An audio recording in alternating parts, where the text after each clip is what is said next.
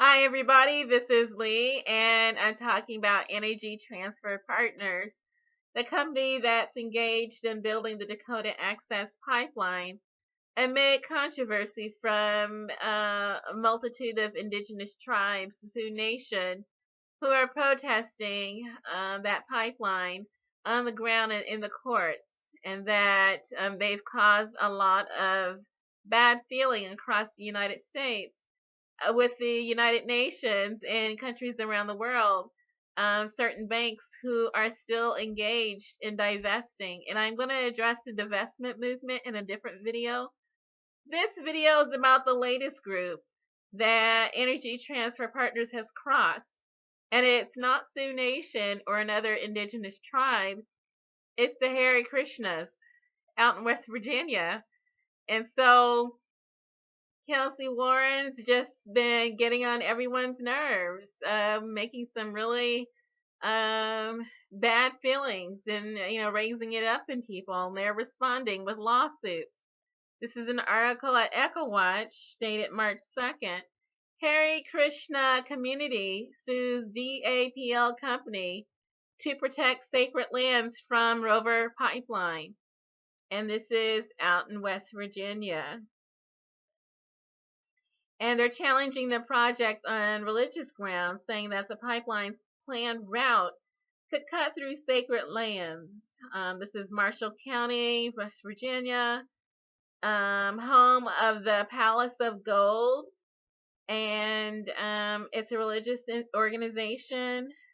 They happen to be sitting on a lot of gas-rich Marcellus shale, and they have gas leases as a means to gain income to repair its infrastructure. However, the leases that they sign do not allow for any surface disturbances, and it also blocks off sacred areas from outside intrusion. And so, Energy Transfer Partners, being what they are, and apparently Kelsey Warren being who he is, what could possibly go wrong? And so the Hare Krishnas are trying to block the Rover Pipeline's legal request for immediate access and possession of the pipeline pathway through two of the community's 7 sacred temples. ETP, Energy Transfer Partners, wants to build the pipeline on a permanent 50-foot wide right-of-way, about 3,000 foot long on 2 properties. And so, you give a mouse a cookie, he's going to ask for a glass of milk. And so, this is Energy Transfer Partners. We see and we have seen how they get down. The Trans-Pecos pipeline that's cutting across the Rio Grande River, the Dakota pipeline that's cutting across the Missouri River, sacred tribal, lands and sacred sites, indigenous sovereign rights. It doesn't make any difference. They want what they want when they want it, and they'll do whatever it takes to get it. And so now they're facing a court challenge from the Hare Krishnas, and they're getting, challenged left and right. And, rightfully, deservedly so. People are just trying to protect themselves from a rogue corporation that's overtaken state government, that's broken treaty laws, that's used private security forces to violate human rights. And they've, gaslighted and presented false narratives of reality. And more people are waking up to how this company is run.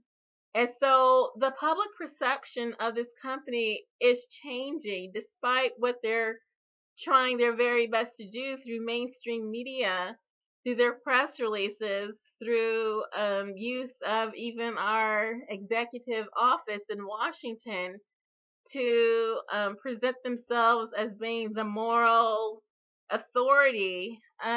It's not working. People are catching on to what kind of company this is, what they are willing to do to people to make a profit. and the tide is turning against them. More and more people around the world are divesting their holdings. Cities in the United States, I'm going to do a rundown of those and see if I can catch up, because more people are divesting. And then there are more people who are considering divesting as well. Oh, or I'll just go ahead and mention it here. I know that in Minneapolis, there has been an introduction of motions in the city council to explore alternative means of investing. They want to divest.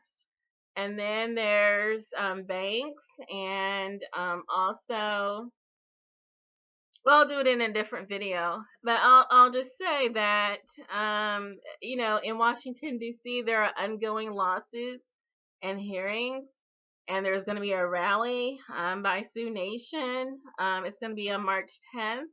And so this is not going away. They're not sweeping it under the rug. It's not over.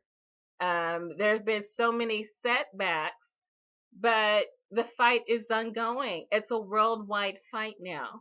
It's a nationwide fight, and it's expanded from all around the world. It was just North Dakota, but it's everywhere now. Everyone knows what Energy Transfer Partners is, and they know that they have to protect themselves from this company by any means necessary, since this company is using any means necessary to get what it wants, even if, they have to hurt people in order to do that. So I say good for the Hare Krishnas for protecting themselves. That every little bit helps. And you know what? If you see Energy Transfer Partners headed your direction, make sure you have a lawyer with you before you sign any paperwork. And maybe just don't sign any paperwork. But anyway, I'll post a link in the description. You can catch up and see what's going on in West Virginia. It's everywhere now. Good luck.